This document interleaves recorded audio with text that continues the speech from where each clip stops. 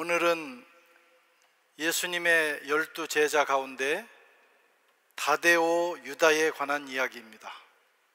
다데오 유다, 분명히 예수님의 12제자지만 우리에게는 생소한 이름입니다. 다데오 유다. 다데오는 작은 야고보처럼, 지난주에 살펴본 작은 야고보처럼 우리에게 익숙하지 않은 이름입니다. 그는 유다라고도 불렸습니다. 그래서 저도 다데오 유다 이렇게 부르려고 합니다. 가롯 유다와는 다른 사람이에요.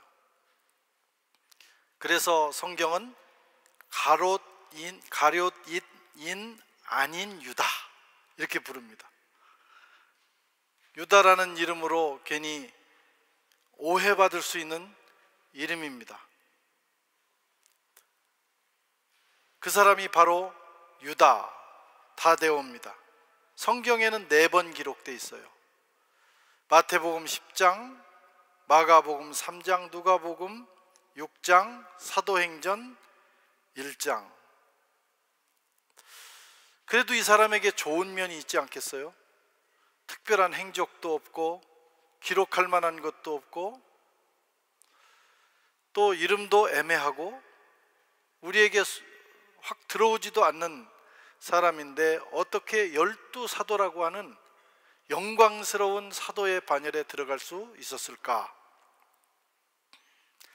이 사람이 가진 아주 좋은 신앙적인 좋은 모습이 있었습니다. 그것은 바로 우리 주님과 친밀함을 유지하면서 그 친밀함으로 끝까지 충성한 제자였어요. 2가지가 중요합니다. 친밀함 그리고 끝까지 충성. 우리말에 간신도 끝까지 가면 충신이라는 말이 있어요. 끝까지 가는 게 중요합니다. 아무리 충성스럽게 잘 하다가도 중간에 돌아서거나 삐딱하면 안 돼요. 끝까지 갈 때 그 충성심이 진정한 충성입니다. 12제자들, 가롯 유다를 제외한 모든 제자들은 베드로처럼 중간에 왔다 갔다 올라갔다 떨어졌다 하는 사람도 있었지만 그러나 끝까지 주님 편에 서서 주님을 위해 살다가 순교당했습니다. 그래서 12사도의 반열에 들어간 거예요. 끝까지 그는 충성한 제자였기 때문에 12제자 반열에 남아 있었어요. 그리고 그가 끝까지 충성할 수 있었던 비결은 주님과의 친밀함입니다. 주님과 너무 친했던 거죠. 주님과 깊은 사랑의 교제가 있었어요. 그래서 끝까지 갈 수 있는 힘을 얻게 된 것입니다. 바라기는 저와 여러분들도 다데오 유다처럼 될 수 있기를 바랍니다. 우리가 베드로처럼 한번 설교해서 3,000명, 5,000명 돌아오게 하기는 어려워도 다데오 유다처럼 작은 야고보처럼 이름도 없이 빛도 없이 주님과의 친밀함으로 끝까지 주님을 섬길 수는 있어요. 그래서 우리에게는 희망을 주는 사람들입니다. 그렇다면 어떻게 다데오 유다는 주님과 친밀하게 지낼 수가 있었을까? 첫째는 질문이었습니다. 질문. 친밀함으로 가는 길입니다. 다데오 유다는 주님께 질문하는 용기가 있었어요. 22절에 보면 가롯인 아닌 유다가 이르되 주여 어찌하여 자기를 우리에게는 나타내시고 세상에는 아니하려고 하시나이까? 질문했어요. 이 질문의 분위기를 알아야 됩니다. 지금은 예수님의 사역의 마지막 부분이에요. 예수님께도 매우 중요한 시간입니다. 그래서 제자들을 불러놓고 계속 가르침을 하시는 거예요. 오늘 이 14장에는 천국에 대한 말씀을 하십니다. 그래서 나는 간다, 두려워하지 마라, 다시 너희들이 있을 곳을 예비한다면 내가 다시 오겠다 라고 하면서 이 14장이 시작이 되면서 그 다음에 여러 가지 중요한 말씀들을 하고 계셨어요. 근데 제자들의 귀에는 그게 안 들어오는 거죠. 왜냐하면 제자들에게도 이 시간이 중요한 시간이에요. 예수님을 이 시간이 예수님이 이 땅에 오신 목적이 이루어지는 시간이라면 제자들에게는 예수님을 3년 동안 모든 걸 버리고 3년 동안 따라서 지금 여기까지 온 목적이 이루어지는 순간입니다. 그런데 제자들의 귀에는 안 들리는 거예요. 예수님의 말씀이 잘 이해가 안 되는 겁니다. 서로 맥락이 다르기 때문이에요.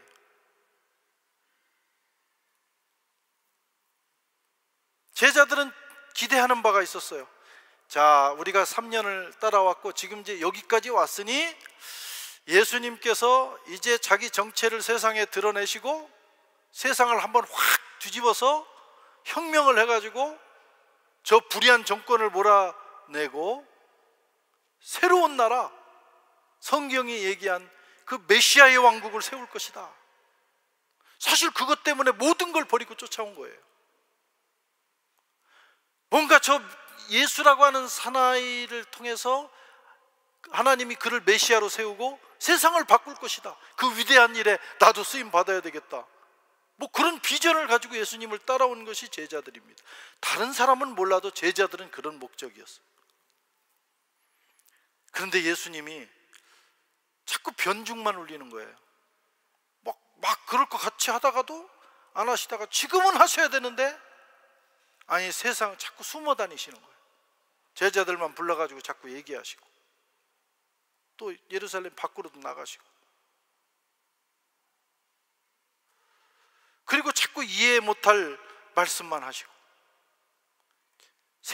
지금은 세상에 예수님이 탁 나타나셔서 나를 따르라 막 청중을 동원하고 지금 힘을 규합해야 되는데 너무 소극적인 거예요. 제자들하고만 놀고 계신 거예요. 제자들에게만 자기를 드러내신 겁니다. 그리고 하시는 말씀은 너무나 뜬금없는 말씀이에요. 예수님은 정확하게 하셔야 될 말씀을 하시는 거예요. 근데 제자들이 볼 때는 뜬금이 없어요.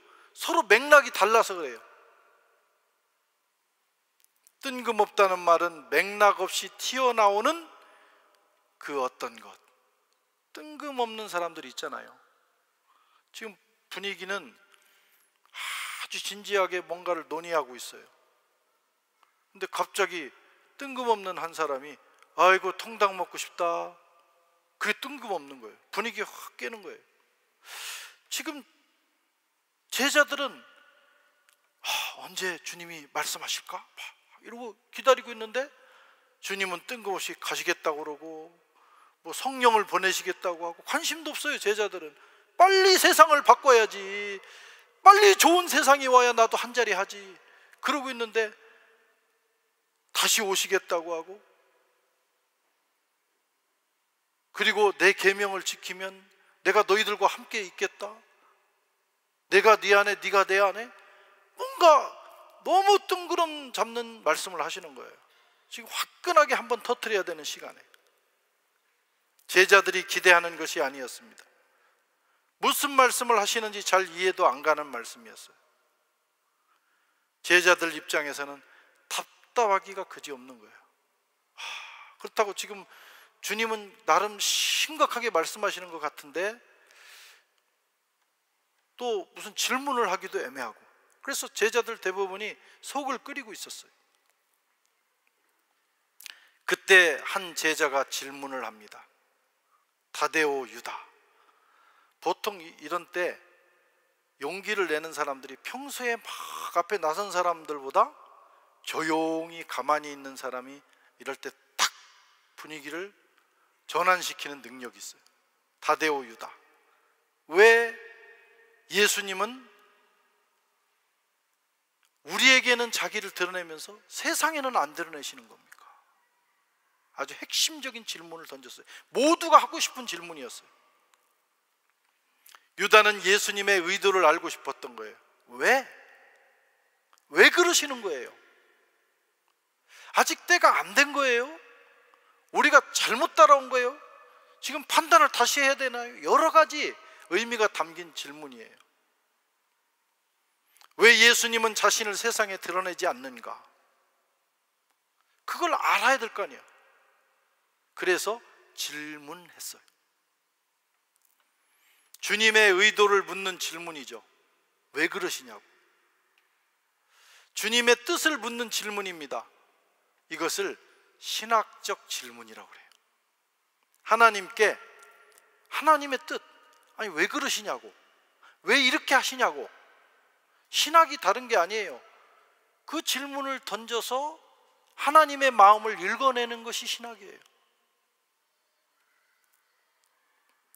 그 결과 유다는 주님을 더 깊이 알게 됐고 하나님 나라를 더 깊이 이해하게 됐고, 더 중요한 것은 이 질문을 던지고, 본문에는 주님의 말씀이 많이 기록되어 있지 않겠지만 이 성경이라는 것은 그 중에 핵심 부분만 기록한 거기 때문에 아마 유다와 주님 사이에 그날 밤에 많은 대화가 오고 갔을 거예요. 그런 과정에서 주님에 대한 오해가 풀리고 주님은 유다를 더 가까이 하고 이 두 분 사이에는 더 친밀한 관계가 형성되었을 것으로 봅니다. 여러분, 우리도 이런 상황을 만나요. 내가 가는 방향과 주님이 방향이 달라요. 서로 맥락이 달라요. 같이 내가 하나님을 믿고 가는 것 같은데, 하나님이 내 인생을 인도하시는 것 같은데 내가 생각하는 거하고 주님이 생각하는 게 달라. 어느 날 그걸 깨닫는 순간이 와요. 어느 날 그것이 이제 드러날 때 우리는 당황합니다. 주님은 왜 이러실까? 나는 지금 분명히 이걸 원한다고 그렇게 오랫동안 헌신하고 기도했는데 왜 주님은 그걸 막으시는 걸까? 왜 주님은 자꾸 딴소리만 하시는 걸까? 또 내가 주님의 음성을 듣고 싶은데 그때는 침묵하시고, 나는 좀 가만히 있고 싶은데 주님 어떨 때는 막 하라고 하시고, 왜 그러는 걸까?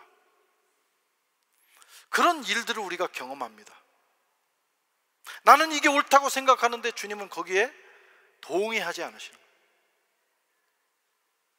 지금쯤은 주님이 역사하셔야 되는데, 뭔가 일을 하셔야 되는데 왜 가만히 있으시는 거예요?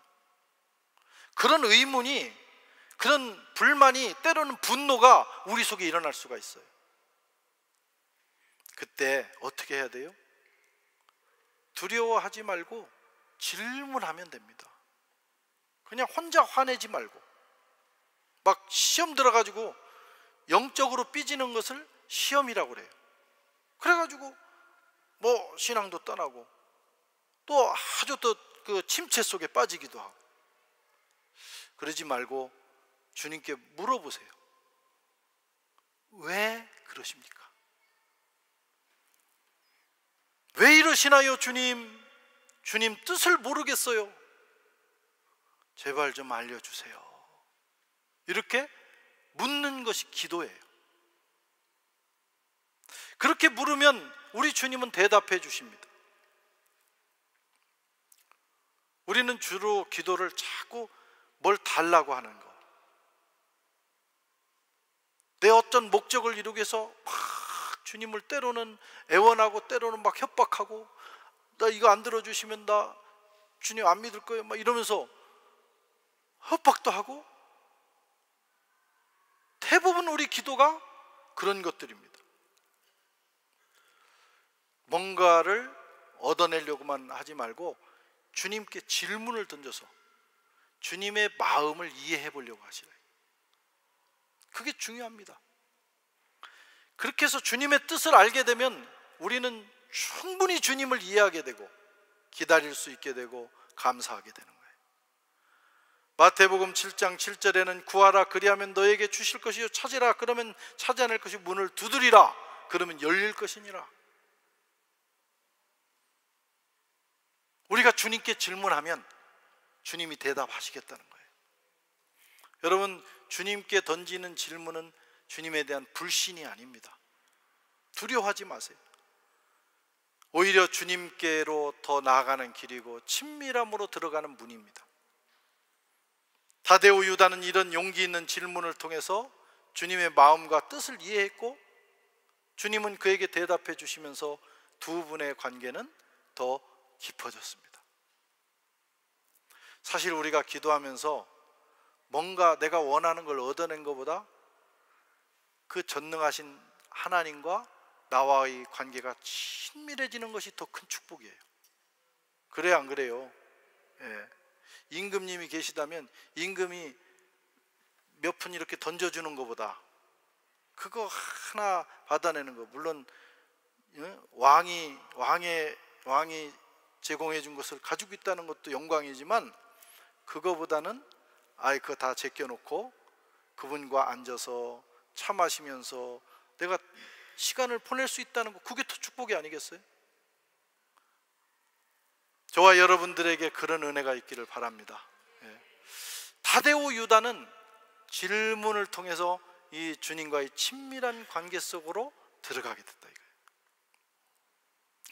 그는 사랑과 순종의 제자였습니다. 친밀함은 사랑이 되고 또 사랑은 또 순종을 통해서 더 깊은 친밀함을 만들어냅니다. 하나님의 임재는 하나님의 말씀을 사랑으로 지키는 자의 삶에 머물게 됩니다. 하나님이 나와 함께 하시는 조건이 있어요. 내가 주님을 사랑하고 그분을 사랑함으로 그분의 말씀을 지키면 주님의 임재가 우리 속에 있어요. 그게 친밀함입니다. 주님이 항상 나와 내게 임재해 계시다. 늘 주님의 그 거룩한 임재가 있는 사람, 이거보다 더 놀라운 일이 어디 있겠어요? 말씀을 지킨다는 것은 단순한 율법적 행위가 아니라 하나님과의 인격적인 사랑의 관계입니다. 주님이 지금 그걸 또 가르치고 계신 중이었어요. 누구든지 나를 사랑하면 내 말을 지킬 것이고 내 말을 지키면 내가 그와 함께 거처를 하겠다. 거처를 함께 하겠다. 거처라고 하는 것은 함께 사는 겁니다. 사람이 주님을 사랑하고 그래서 그 말씀을 지키면 그 사람이 집, 그 사람의 인생, 그 사람의 영혼에 주님이 오셔서 함께 사시겠다, 식구가 되시겠다, 동고동락하시겠다고 약속하셨어요. 여러분, 영적인 세계에서 영적으로 숭고하고 깊은 단계가 있습니다. 우리는 뭐 기적을 행하거나 아니면 뭐를 보거나 어떤 황홀한 상태에 들어가거나 뭐 그런 엑스타시를 경험하거나 뭐 이런 것을 신령하다 뭐 이렇게 하지만 그런 것들은 이방신을 믿는 사제들이나 또는 무당들도 경험하는 거예요. 영적 세계를 경험합니다. 진짜로 영적으로 숭고하고 깊은 단계는 뭐냐? 살아계신 하나님과 매우 친밀한 관계로 들어가는 거예요. 그게 뭐 우리가 방언을 못해도, 우리가 기적을 행하지 못해도, 또 성경을 많이 알지 못해도, 사역을 많이 하지 못해도 주님과 나 사이에 오해가 없고 늘 주님과 친밀하게 매일 살아갈 수 있다면 이 사람이 가장 깊고 숭고한 영적 삶을 사는 거예요. 깊은 기도가 뭐냐? 늘 주님의 임재 안에 머무는 기도. 무릎을 꿇으면 주님의 임재가 느껴져요. 그냥 무슨 말씀을 뭐 요청하지 않아도 그냥 그 앞에 무릎 꿇고 있는 것만으로도, 그 주님 앞에 있는 것만으로도 너무 좋은 단계. 그게 영적으로 깊은 거예요. 하나님 앞에서 침묵하고 내 눈과 하나님의 눈이 서로 마주치는 그 놀라운 경험, 내 마음이 주님의 마음에 가 닿는 경험, 그것이 영적으로 깊은 단계입니다. 어느 날 성 프란체스코가 제자들과 함께 길을 가고 있었대요. 그때 제자들이 물었어요. 선생님, 우리가 지금 어디로 가는 거예요? 그러자 성 프란체스코가 대답했습니다. 형제여, 우리는 지금 주님을 보러 가는 중이네. 그걸 어디로 가는지가 중요하지 않아요. 어디를 가든지, 가서 누구를 만나든, 어떤 상황에 있든지 그 모든 상황에서 우리가 주님의 얼굴을 뵙는 거예요. 그것이 영적으로 깊어지는 것입니다. 이게 친밀함이에요. 친밀함. 이걸 여러분 쉽게 생각하면 안 됩니다. 우리는 되게 어떤 특별한 막 드러나는 뭔가를 누군가가 가질 때 그걸 부러워해요. 그건 아무나 할 수 있는 게 아니에요. 하나님이 특별히 어떤 목적을 위해서 그 사람들을 쓰시는 거예요. 우리가 신학교 다닐 때, 신학교에 들어오면 대개 1학년 때 포부가 굉장합니다. 그래서 말을 하는 사람도 있고 안 하는 사람도 있고, 속으로는 다 그 한국에 그 당시에 목회 탁월한 목사님들이 있었어요. 그 신도롬이 있어요. 그래서 좀 뜨거운 사람은 조용기 신도롬, 좀 그 지성적인 사람은 곽선희 신도롬, 또 어떤 사람은 또 김사만 신도롬. 그래가지고 다 마음속에 자기가 나는 이런 목사가 돼야 되겠다, 그런 게 다 있어요. 그거 아무나 되는 거 아닙니다. 하나님이 특별히 그 시대에 그 사람들을 쓰시는 거예요. 그러나 누구나 될 수 있는 게 있어요. 유다 다데오. 주님과의 친밀함은 우리가 하나님 앞에 사모하는 마음이 있으면 누구나 들어갈 수 있어요. 그리고 그것이 가장 깊은 단계입니다.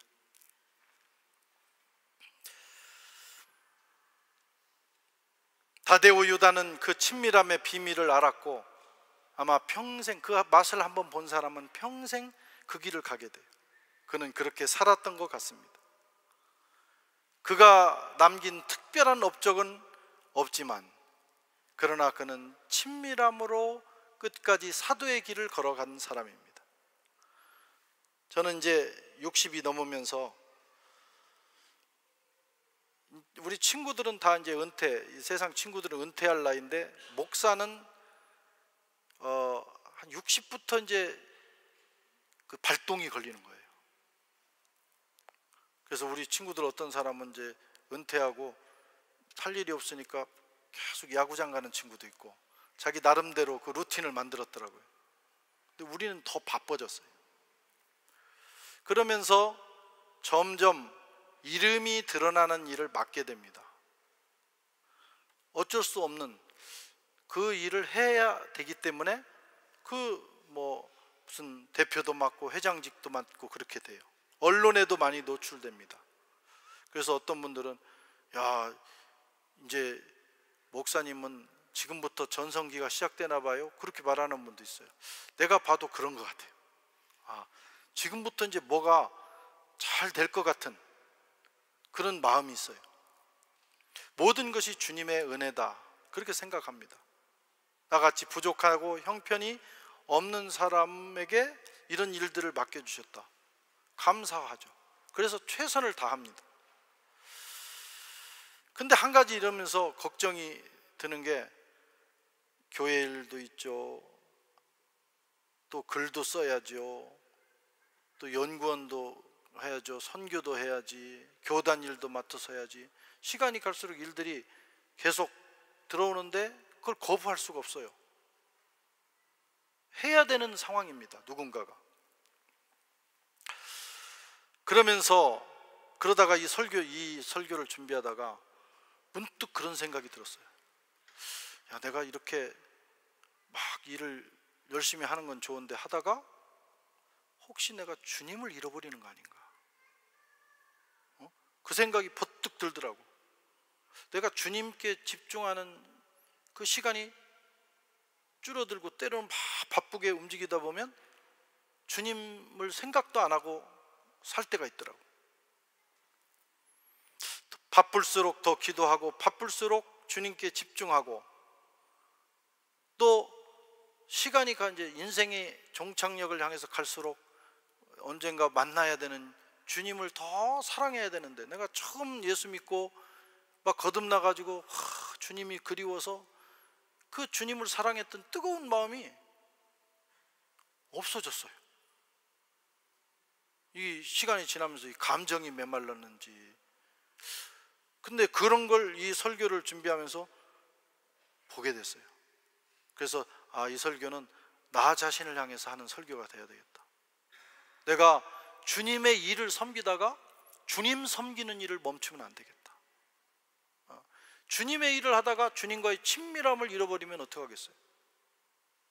그래서 그런 각오로 더 주님을 사랑하고 주님의 일이 아닌 주님을 사랑하는, 주님을 섬기는 사람이 되어야 되겠다 하는 그런 각오를 했습니다. 여러분들에게도 그런 은혜가 있기를 바랍니다. 우리가 이제 특히 교회에서 바쁘게 여러 가지 일들을 맡아서 사역을 하다 보면 내가 이 일을 통해서 주님을 섬기는데 사실은 주님은 온데간데 없고 일만 하고 있을 때가 있어요. 그게 불행한 일이에요. 그 일을 내게 허락하신, 그리고 내가 그 일을 통해서 섬겨야 되는 그 주님과 그 일을 통해서 더 친밀해지는 것, 그런 것이 축복입니다. 그래서 기도하는 일, 하던 일을 멈추고 잠시라도 주님을 생각하고 주님의 임재 아래 머무는 일을 최선을 다해서 하셔야 됩니다. 아마 다데오 유다는 그런 사람이었던 것 같아요.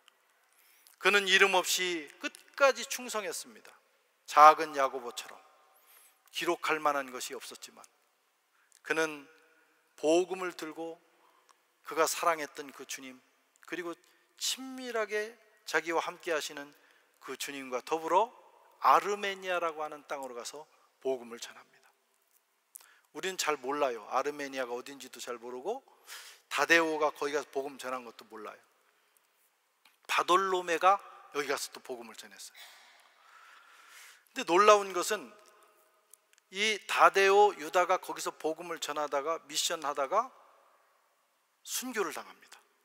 그런데 아르메니아가 주후 301년에 기독교를 국교로 정했어요. 세계 최초로 기독교 국가가 됐습니다. 로마는 AD 313년에 기독교를 공인합니다. 콘스탄티누스 대제가 밀라노 칙령에서 공인해요. 그리고 나서 380년 한참 지난 다음에 테오도시우스 1세가 데살로니가 칙령을 통해서 국교로 정해요. 그거보다 훨씬 먼저 아르메니아가 기독교를 국교로 정하는 기적이 일어났어요. 누구를 통해서? 유다 다데오, 이름도 없이 빛도 없이 오직 주님과 친밀함으로 주님을 사랑하는 마음으로 살면서 가서 복음을 전한 이 다데오의 미션을 통해서 그 땅이 변화되고 최초의 기독교 국가가 되는 역사가 일어났습니다. 그리고 그 나라에서는 바돌로메와 다데오 유다를 아르메니아의 사도라고 부릅니다. 그들을 존경합니다. 지금은 이란 북서부 지방에, 옛날엔 거기가 아르메니아 지방이었다고 그래요. 그곳에 세인트 타데우스 수도원이라고 있는데 바로 이 다데오 유다에 의해서 복음을 전한 것을 기념해서 지은 수도원입니다. 이곳에 이 수도원은 현재 유네스코 세계 문화유산이라고 그래요. 이란 혹시 가실 일이 별로 없겠지만 혹시 가시면 이 수도원에 한번 가보시기 바랍니다. 사랑하는 성도 여러분, 신앙의 최고의 정점은 주님과 친밀해지는 거예요. 그것은 누구나 할 수 있습니다.